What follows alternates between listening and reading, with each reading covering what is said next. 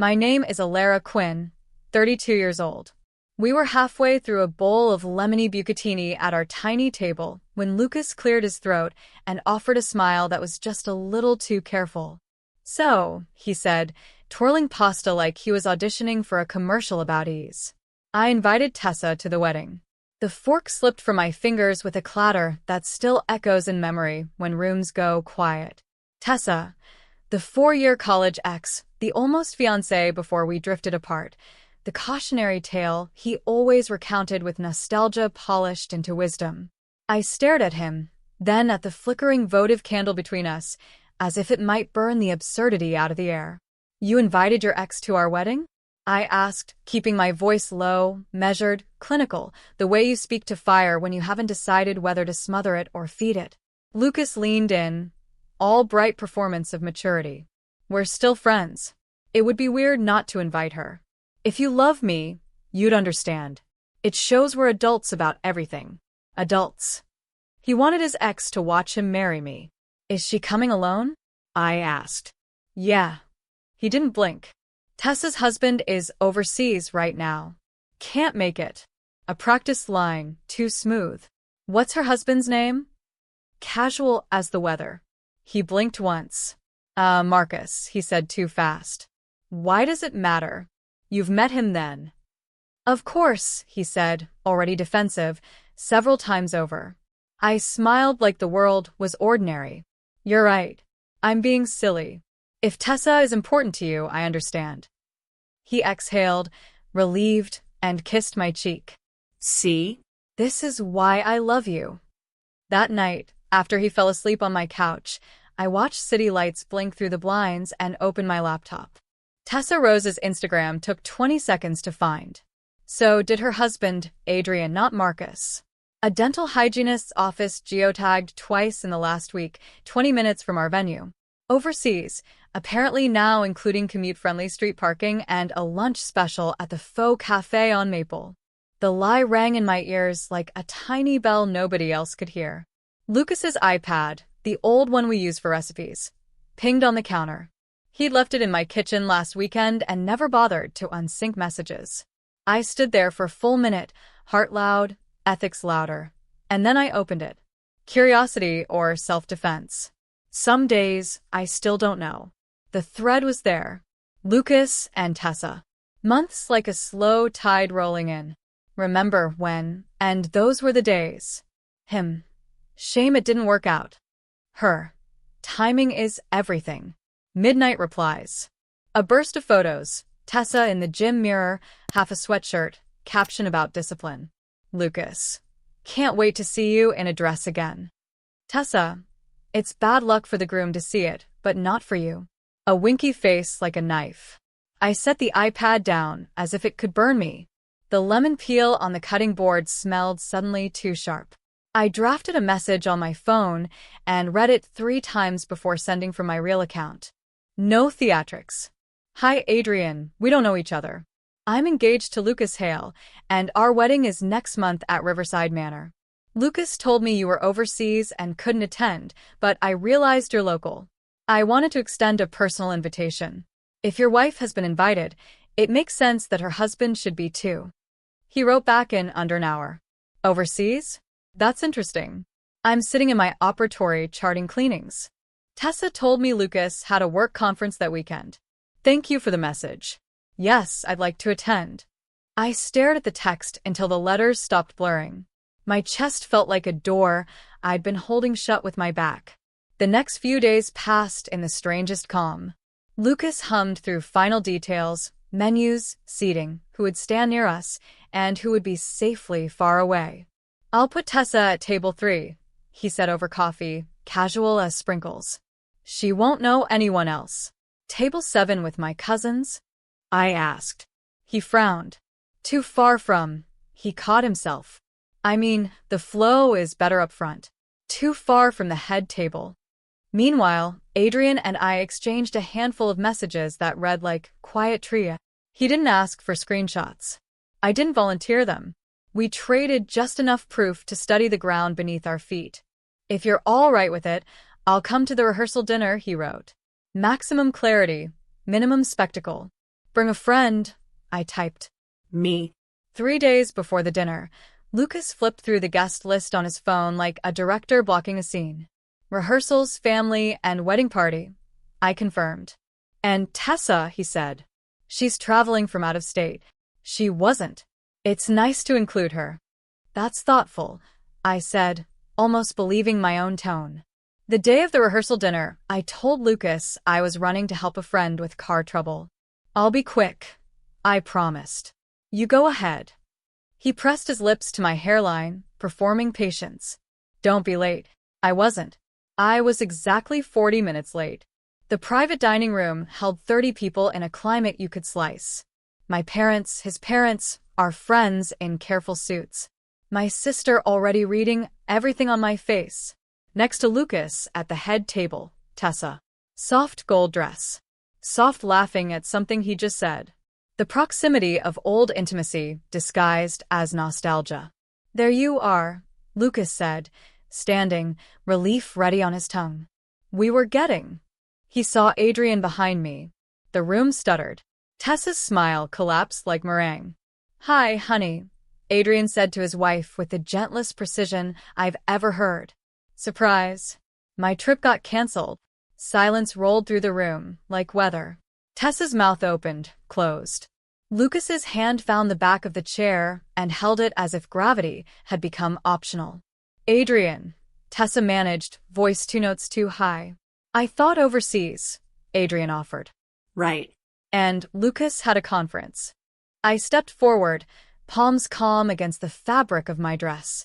Everyone, I said, this is Adrian Rowe, Tessa's husband. He'll be joining us tonight as my guest since Lucas felt strongly about including Tessa in our wedding celebrations.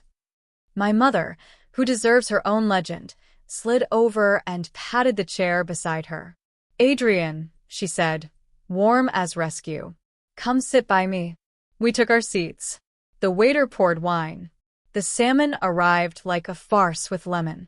So, Tessa said to the table at large, voice paper thin. How long have you two been engaged? 8 months, I answered. Together 3 years. You? 3 years, Adrian said, meeting her eyes. Married 3. Although apparently, there's been a lot of reminiscing lately. Silverware clinked like punctuation. We're just friends, Tessa said, soft, practiced. It would be childish not to include people who mattered. Friends don't text at midnight, Adrian said, still gentle, not unkind. Friends don't send selfies with captions about what a shame it was that things ended. Lucas found his voice. Not here, he hissed. This isn't the place. Where, then? I asked, finally turning to him. During our vows at table 3? Or when you told me Adrian was overseas, so I wouldn't think to ask him to come. His mother's wineglass paused halfway to her mouth. My sister's eyes widened. Tessa stared at Lucas like he'd deviated from the script. Lucas attempted a laugh that sounded like a cough. You're being dramatic. Am I? I said quietly. Or just in focus for once? He swallowed. Era. Do you know what I wanted, Lucas? I asked, keeping my voice low enough that only the closest could hear, high enough that everyone did, to marry a man who was sure enough of me to stop auditioning the past. He didn't answer. No one did. The room held its breath, like it was afraid to exist. Adrian reached for his water. Since we're all here, he said softly, I want to be clear that I didn't come to fight. I came because lying selects itself. If there's nothing to hide, there's nothing to fear in truth sitting at the table. I looked at him, grateful for a stranger's steady hand on the ripcord. Eat, my mother said, to no one in particular. Before the fish gets cold, for a minute, forks moved. Conversations resumed in whispers. Across the table, Tessa lifted her wine, hands trembling just enough to ripple the surface. Lucas stared at the linen as if it might provide a line reading. I cut a small piece of salmon and let it sit untouched. Inside me, a door I'd been leaning against swung open into clean air. Whatever came next, I knew this. I would not walk down an aisle toward a test. The salmon cooled, the room warmed, and the silence learned our names. Tessa tried again, voice gauzy. It's really not what you think. Lucas and I are just... Adrian slid his phone across the table without flourish. The screen dimmed to a page of timestamps glowing like runway lights.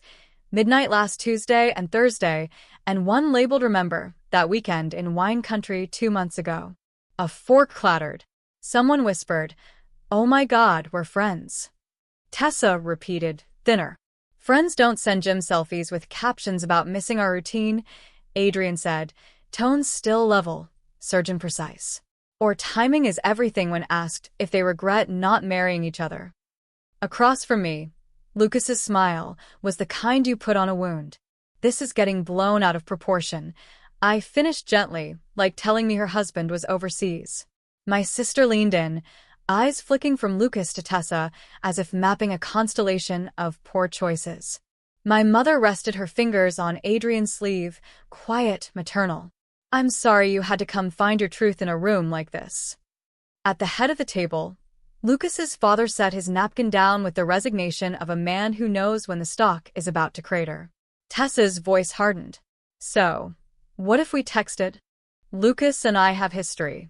Mature adults maintain friendships." "Then why did you need Adrian gone?"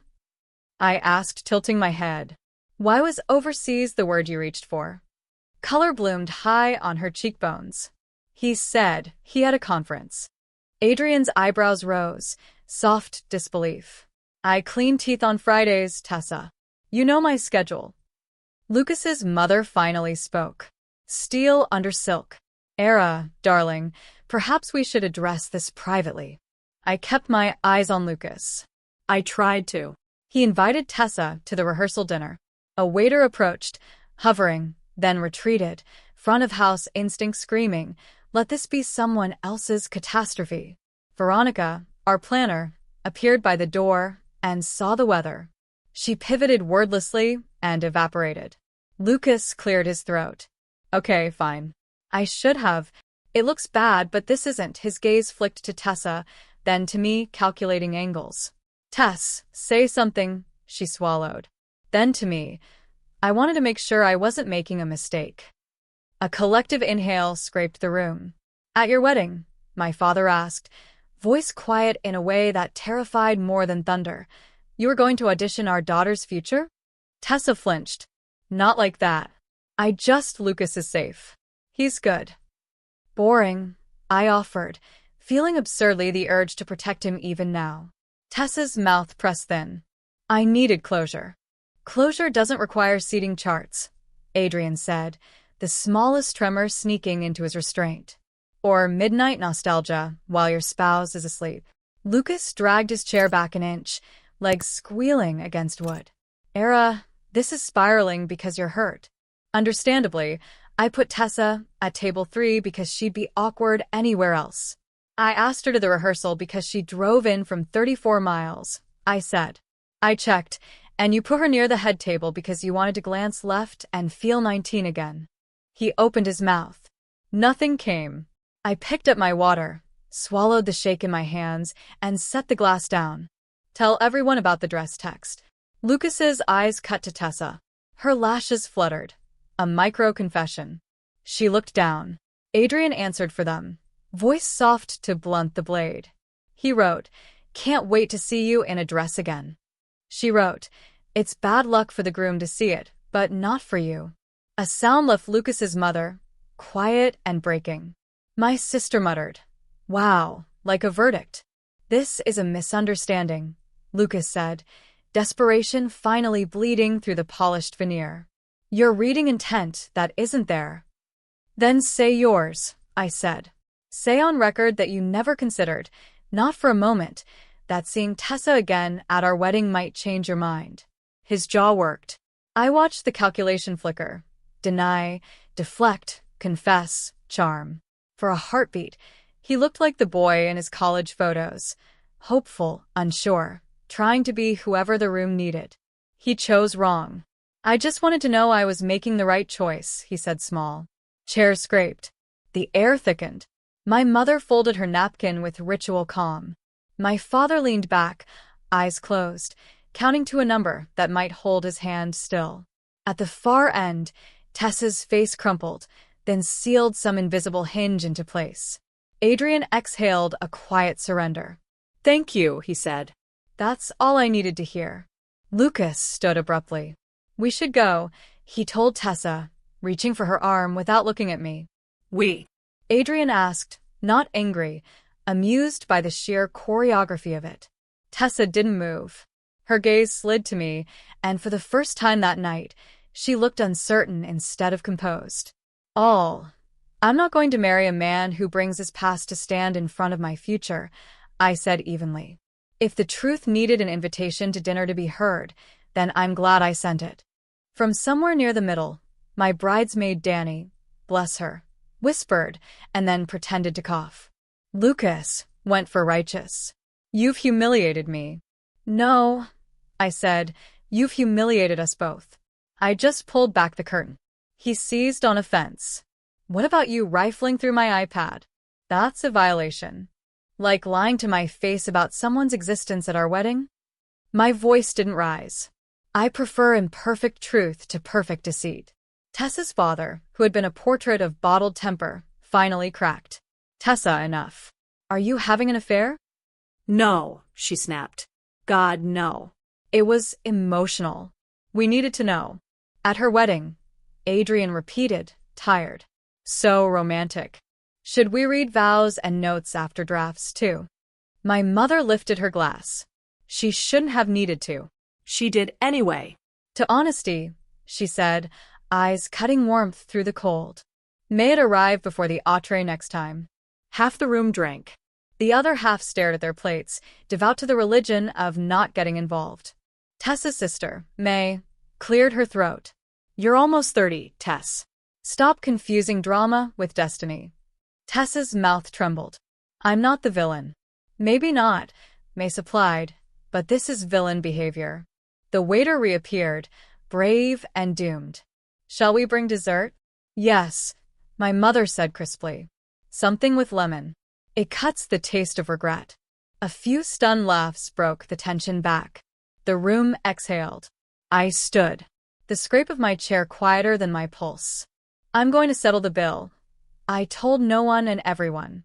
"This dinner is on me." "The wedding is not, Alara," Lucas said, reaching. "Don't do this. We can salvage." "Whatever you're salvaging," I said, stepping away, "isn't us." I passed behind his chair without touching him.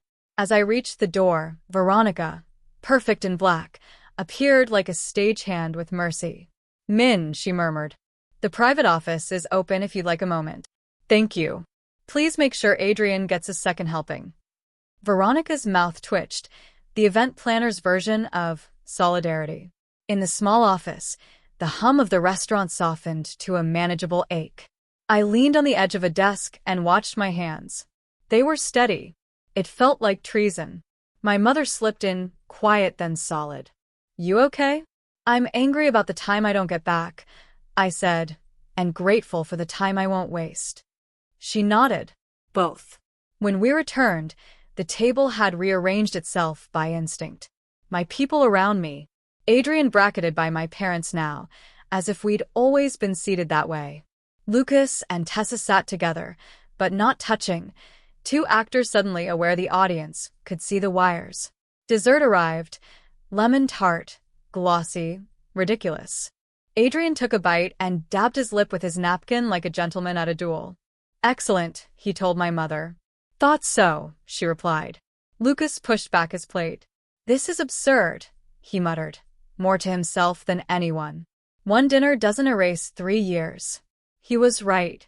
It didn't erase them. It clarified them. I reached for my clutch and found my voice folded inside, waiting. "There won't be a ceremony tomorrow," I said to the room, not loud, just final. "I'll handle notifications. Please enjoy dinner. And if anyone needs a ride home, my sister has commandeered the group chat." A murmur rolled around the table, shock, sympathy, a few strategic sighs from relatives who live for headlines at brunch. I kissed my mother's temple, squeezed my father's shoulder, and turned to Adrian. "Thank you for coming," I said. "I'm sorry." He shook his head. "Me too," he said, "but also not." I prefer clean wounds. Likewise. As I walked toward the exit, Lucas stood, panic flashing, stubborn adolescent. Wait. I looked back. He opened his mouth, then closed it, whatever defense he'd been building crumbling under its own thin weight. Timing is everything, I said, and left him with a line he'd rehearsed into a self-fulfilling prophecy. Outside, the night air was cool and exactly itself. I stood on the sidewalk and let it touch my face. Through the glass, my mother lifted her glass again. Adrian smiled down into his tart. Tessa stared at the linen as if it could absolve her. My phone buzzed, a message from an unknown number. Asterisk, this is May. Thank you for not letting my sister turn your life into her experiment. Asterisk. I typed back, thank you for saying it out loud. Another buzz. Adrian, if you ever want to compare lawyer notes for vendor contracts, I've got you. I smiled. I'll invoice clarity, not them. I tucked the phone away and felt beneath the heat of humiliation and the ache of ending the first crisp edge of relief. You don't have to set yourself on fire to keep anyone else warm, I thought, and watched my future stop asking permission to arrive. The morning after the rehearsal dinner, sunlight leaked through the blinds and 23 unread messages waited. Half from Lucas. The rest from people who'd been there, bridesmaids, my aunt, even Veronica, our planner. Every message carried the same energy, disbelief, pity, admiration, gossip. I scrolled until my thumb hurt, then stopped on the only text that mattered. Asterisk, Adrian, hope you slept. They deserved each other. You deserve better. Coffee on me if you need paperwork tips. Asterisk. I smiled despite everything. By noon, the story had already started leaking beyond the restaurant walls. Mutual friends texted asking if the wedding was really off. Lucas hadn't posted, but Tessa had. Her caption, sometimes you lose people you love to jealousy and misunderstanding, but real love doesn't hide, it forgives. Attached was a picture of her and Lucas at our engagement party, the one where she'd shown up uninvited and said, "You're so lucky, Alara." He used to make me breakfast every morning. The comments made me want to both laugh and scream. You're so strong, Queen. She's jealous because you're confident enough to stay friends with your ex-stay friends, right? The ex she'd been emotionally cheating with. I didn't reply. Instead, I spent the rest of the day canceling vendors, venue, florist, catering, photographer. One by one, polite condolences and non-refundable fees rolled in. $18,000 in deposits, all in my name. When my father heard, he wanted to march over to Lucas's apartment and settle it like a conversation with volume. My mother stopped him. Asterisk, bless her. I raised a daughter who can handle snakes. Asterisk, she told him. Let her handle this her way. And I did. 3 days later, Lucas showed up at my apartment with flowers and the same face he wore when he lied. Soft, regretful, curated. I miss you, he said, standing in the doorway like the frame itself might forgive him. I crossed my arms. You miss control. I can fix this. Fix what? You lied about her husband. You flirted with your ex while planning our vows. He stepped closer, lowering his voice like the problem was volume. I made a mistake. I needed to see if I'd moved on. I have now. You're who I want. How convenient, I said. You chose me after you got caught. His jaw tightened. You're being cruel. No, Lucas, I said quietly. I'm being honest. It just sounds cruel to people who aren't used to it. He flinched, then tried one last angle, the pathetic one. Please don't throw away 3 years. You did that when you invited her. When I started to close the door, he pressed a hand against it. You'll regret this. I looked him straight in the eye. Only if I let you stay. He dropped his hand. You're cold. No, I said, shutting the door between us. I'm done. That night, Tessa posted again, a sob story about being bullied and humiliated by insecure women who can't handle emotional maturity. I nearly ignored it. Then I saw the first comment from Adrian. Asterisk, insecure? You lied about me being overseas while sending selfies to your ex. Call it what it is. Betrayal. Asterisk. The internet turned instantly. Screenshots started surfacing. Texts from Adrian's phone. Photos from Tessa's hidden second account. Proof. Her emotional maturity was shirtless messages at 1 a.m. Her friendship was a saved draft titled, "If he objects, we'll run." Yes. She had actually planned to have Lucas stand during the ceremony when the officiant asked, "Does anyone object?" And she'd considered it. The draft messages were dated 2 weeks before the dinner. Asterisk Lucas, if you give me the signal, I'll stand. Asterisk. Tessa, that's so romantic, but let me see how I feel in the moment. The moment being my wedding. When Adrian forwarded the screenshots, I just stared at them, equal parts horrified and grateful. "You really dodged a grenade," he wrote. I sent him back a single line, "And you defused it." Lucas, meanwhile, tried his own damage control. He posted a long-winded clarification, calling himself a man caught between two women who misunderstood each other. Adrian replied again. Asterisk caught between them. "You invited one to her own wedding rehearsal." Asterisk. That reply racked up 100,000 likes in a day. By then, my inbox was full of journalists sniffing for a viral wedding gone wrong feature. I ignored them all. I wasn't interested in being a headline. I was interested in getting my money back. When Lucas's father finally called, his tone was somewhere between shame and exhaustion. "Error. We'd like to reimburse you for the deposits." This entire situation, it's humiliating. You'll find the invoices in your email. 2 days later, a check arrived. $18,000.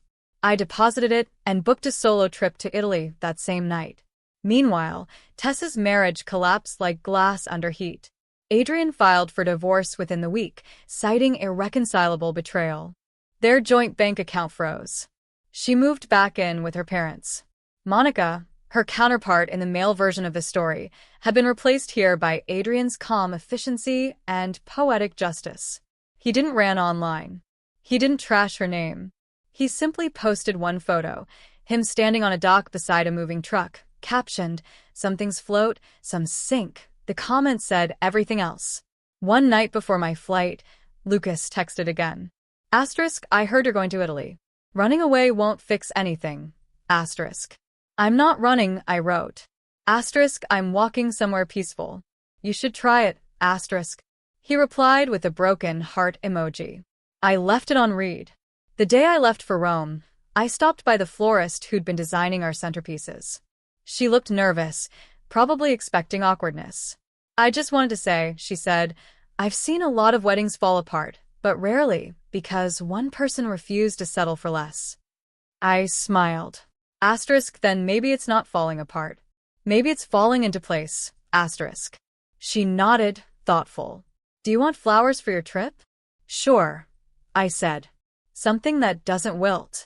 She handed me a single sunflower for strength. I tucked it into my carry-on beside the envelope of receipts. Not for bitterness, but as proof that I'd paid for my freedom fair and square. That night, as the plane lifted off, I looked out the window and thought about timing. Lucas once said, asterisk, "Everything's about timing." Asterisk, he was right. He just didn't realize the right time to tell the truth had already passed, and the right time to let go had finally arrived. The day that should have been my wedding began like any other.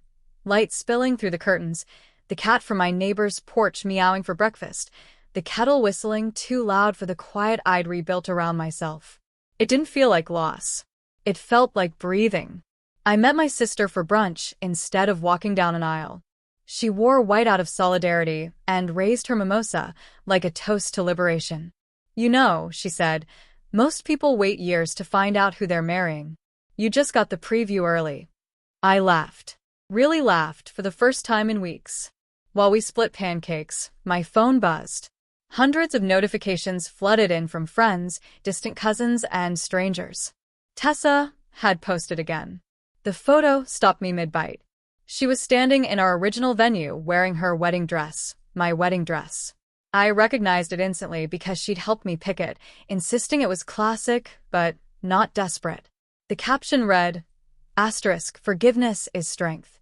Sometimes love just needs another chance." Asterisk, she'd even tagged Lucas. I nearly dropped my phone. My sister blinked. "You're kidding." "Wait for it," I said. Because the internet wastes no time. The comments were a feeding frenzy. Asterisk girl, this isn't healing. It's horror. Asterisk didn't you cheat on your fiancé and destroy your own marriage? This is actually unhinged. Someone even called Netflix. This is the next docu-series. But then came the one that sealed it. Asterisk Adrian, same dress you planned to wear while deciding between your husband and someone else. Classy. Asterisk. The post disappeared within an hour. By evening, I sat on my balcony with a glass of wine, watching the sky turn the color of endings, gold fading to gray, peace layered over wreckage.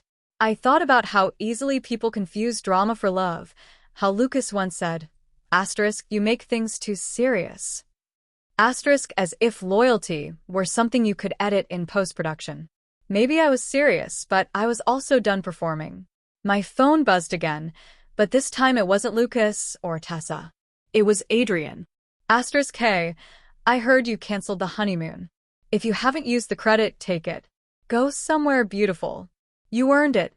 Asterisk. I smiled, typing back. Asterisk, I already did. I'm flying to Positano next week. Solo, but thank you for everything. Asterisk. Solo suits you, he replied.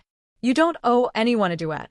2 months later, I was sitting in a sun-washed cooking class in Italy when a stranger leaned over and said, you chop onions like someone who's seen things. I laughed so hard I nearly dropped the knife. His name was Daniel. He was an architect from Barcelona, traveling for work but staying for the food. He didn't know me, didn't ask about the drama, didn't even use social media. He asked if I wanted to grab coffee after class. And for once, I didn't overthink it. I just said yes. Back home, the echoes of everything I'd survived began to quiet. Tessa moved out of state, working some remote PR job that didn't involve cameras. Lucas's name faded from people's mouths, replaced by new scandals, newer gossip. Adrian sent me updates sometimes. Pictures of his new apartment by the bay, a dog he adopted named Pepper. She doesn't lie, his text read once. I told him that was a good start. Sometimes I'd find myself replaying that night at the rehearsal dinner, the wine glasses trembling, the shock, the way truth had walked in wearing its own kind of armor. And every time the memory ended the same way, me walking out the door, my mother's proud smile, the sharp cold of relief cutting through the noise. The following year, on the anniversary of what was supposed to be our wedding, I met Daniel again. Same city, same cafe, same quiet that had replaced the chaos. He looked up from his coffee and said, you look lighter. I am, I said. I stopped carrying things that don't belong to me. He smiled. Like guilt, like people who mistake attention for affection. We didn't need to say more. The silence was enough. That night, I wrote a letter. Not to Lucas, not to Tessa, but to the woman I'd been before all of it. Dear Laura. Asterisk, you don't need to prove your worth by holding on to people who keep testing it. Next time someone tells you love should be mature enough to survive betrayal, tell them real love doesn't require rehearsal dinners to expose the truth. You were brave enough to invite honesty to the table, even when it burned everything down. That's not destruction. That's rebirth. Asterisk. I folded it and tucked it into my journal, between my flight tickets and a pressed sunflower petal. Sometimes people ask if I regret how public it became, the dinner, the scandal, the fallout. I don't, because love that hides in the shadows doesn't deserve to stand in the light. And if inviting the truth cost me a wedding, then it was worth every cent of those non-refundable deposits. Now, whenever I hear someone say, if you loved me, you'd understand, I smile and think, understanding is exactly what love gave me, just not in the way they meant. It gave me clarity. It gave me peace. And it taught me the most important rule of all. When someone invites their past to your wedding, don't panic. Just invite the truth, because the truth always shows up dressed for the occasion. And that wraps up today's story. Now we want to hear from you. Where are you watching from? Drop your city or country in the comments, and let's see how far these stories reach. If this story moved you or gave you chills, give it a like, share, and subscribe for more powerful stories. One last thing, rate the story from 1 to 10 in the comments. Your feedback helps us bring you even better ones next time. Thanks for watching. We appreciate you being part of this storytelling journey.